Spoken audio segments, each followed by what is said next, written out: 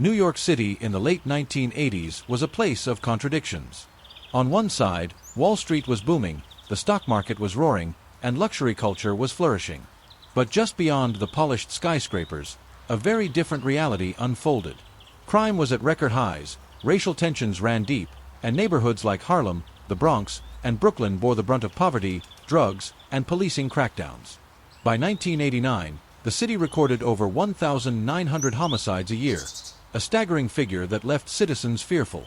The crack epidemic had taken root, gangs were on the rise, and headlines often warned of a city out of control. Newspapers thrived on sensationalism. Fear City was not just a nickname, it was the mood of the era. And in this climate, Central Park, the jewel of Manhattan, a symbol of peace and escape, became the stage for one of America's darkest miscarriages of justice. The night of April 19, 1989. On that spring evening, 28-year-old investment banker Tricia Mailey went for her usual jog through Central Park. Like many New Yorkers, she used the park as a place to clear her head from the chaos of the city. But that night, she never made it home. Later, she was discovered unconscious, beaten, and clinging to life. The assault shocked New York to its core. The brutality of the attack was beyond comprehension. Police rushed to the scene, determined to find suspects. And at almost the same time, a group of around 30 teenagers, mostly Black and Latino boys from Harlem, had entered the park. They were hanging out, wandering, and in some cases causing trouble. Reports later described them as wilding, a term that quickly became infamous, though it was never clearly defined. The police roundup. As news of the attack spread, police swept through Harlem looking for suspects. They detained a group of teenagers, questioning them about what had happened in the park. Among those pulled in were Antron McCray, 15, Kevin Richardson, 14, Yusef Salaam, 15, Raymond Santana, 14, and Korey Wise, 16.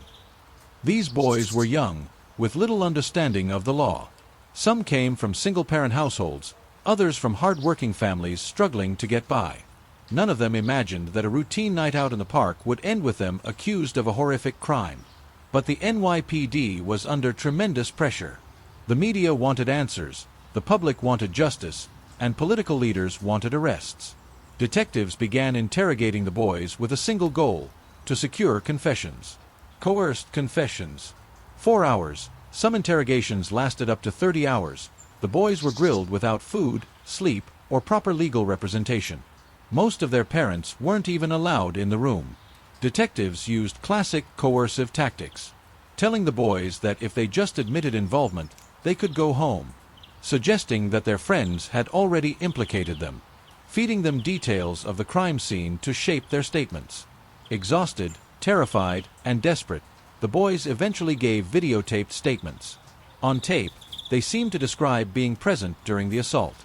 But when the statements were compared, they didn't line up. Timelines conflicted. Descriptions of the attacker were inconsistent. None of their stories matched the physical evidence. And most importantly, DNA collected at the scene matched none of the boys. Still, for prosecutors, the confessions were enough. They had their narrative. A group of teens had brutally attacked a jogger in the park. Media frenzy. The press seized on the story. Tabloids called the boys a wolf pack. Headlines painted them as predators, monsters roaming the park. Rarely did the media remind readers that they were children. In a city gripped by fear, the public was eager to believe the worst. Politicians used the case as a rallying cry for law and order. Even real estate mogul Donald Trump took out full-page ads in major newspapers calling for the reinstatement of the death penalty. The atmosphere was electric with anger, outrage, and prejudice. The trial. In 1990, the trial began. The courtroom was packed with journalists, families, and angry spectators. Prosecutors relied heavily on the videotaped confessions, playing them for the jury. The defense argued that the confessions were coerced and inconsistent, but in an era before widespread understanding of false confessions, the jury was inclined to believe the tapes. The prosecution had no DNA evidence linking the boys to the crime. In fact, the DNA proved that someone else had committed the attack. But prosecutors argued that the boys were still involved, framing them as part of a larger group assault. Emotional testimony and the shocking details of the crime carried more weight than the lack of physical evidence. Jurors, influenced by public opinion and the dramatic confessions, delivered their verdicts: guilty. Sentences and aftermath. The Central Park Five were sentenced to prison terms ranging from 5 to 15 years. For their families, it was devastating. Mothers and fathers wept in court, their pleas unheard. For the boys, life as they knew it ended the moment they were led away in handcuffs. In the eyes of much of the public, justice had been served. The city breathed a sigh of relief. But beneath the surface, a devastating truth remained hidden. 5 innocent children had just been wrongfully convicted, victims not only of a crime they didn't commit, but of a system that failed them at every turn. After the trial in 1990, the 5 teenagers were sent to prison. Their lives changed forever. They were only boys, ages 14 to 16, but the system treated them as criminals. Families cried in court. Communities in Harlem were shocked. But the city of New York believed justice had been served. Life behind bars. Prison was harsh. For Antron McCray, Kevin Richardson, Yusef Salaam, and Raymond Santana, the first years were spent in juvenile facilities. Even there, life was difficult. They were away from their families, surrounded by guards and fences, and marked with the label of rapist, one of the worst things anyone could be called inside prison walls. But for Korey Wise, things were even worse. At 16, he was the oldest, so he was tried as an adult. That meant he was sent directly to Rikers Island, one of the toughest prisons in America. Korey faced violence, isolation, and trauma that scarred him for life. He was beaten many times. To survive, he spent long stretches in solitary confinement. Each of the 5 lost their teenage years behind bars. They missed birthdays, graduations, and family moments. They grew up in cells instead of classrooms. For crimes they did not commit, they paid with their youth. The families of the boys never gave up. Mothers and fathers stood by their sons, attending court hearings, writing letters, and visiting prisons. But the weight was heavy. Many faced financial hardship, stress, and depression. Some families broke apart under the pressure. In Harlem and beyond, there was anger.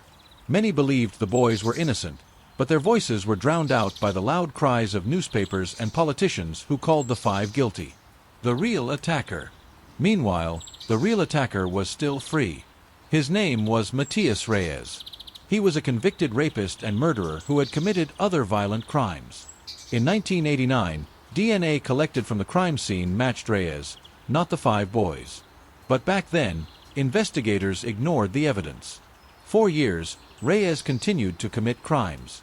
While the Central Park Five sat in prison, the real perpetrator walked the streets. The confession. In 2002, everything changed. While serving a life sentence for other crimes, Matias Reyes admitted that he alone had attacked the jogger in Central Park. Unlike the boys' forced confessions, his story fit the evidence perfectly. The DNA was a match. The timeline matched. The details were exact. When investigators checked, they realized Reyes was telling the truth. The Central Park Five had nothing to do with the crime. Exoneration. Later that year, the convictions were vacated. The 5 men, now adults, were officially declared innocent. After years behind bars, their names were finally cleared. For them, it was a moment of freedom and pain. They were relieved to be exonerated, but nothing could return the years they had lost. Some had served 6 years, others more than a decade. Korey Wise served the longest, nearly 14 years in adult prisons. The settlement. The fight did not end there. The 5 filed a civil rights lawsuit against the city of New York. They demanded accountability for the injustice they had suffered. After years of legal battles, the city agreed to a settlement in 2014. The amount was $41 million, about $1 million for each year the men spent in prison. It was a historic victory, but money could not heal the trauma. As one of the men said, "You can't put a price on the years we lost." The legacy. The case of the Central Park Five became a symbol of wrongful conviction in America. It showed the dangers of police pressure, media bias, and racial prejudice. It exposed how easily the system could fail, especially when it came to young Black and Latino boys. In 2019, Netflix released the series When They See Us, directed by Ava DuVernay. The show brought the story to millions of viewers worldwide. People saw not just the crime, but the human side, the boys' fear, their families' pain, and the injustice of the system. The series sparked conversations about race, policing, and justice reform. Today, the Central Park Five are known as the Exonerated Five. They use their voices to fight for justice, to warn against wrongful convictions, and to inspire others. Each man has built a new life, but the scars remain. Closing reflection. The story of the Central Park Five is more than a crime story. It is a lesson.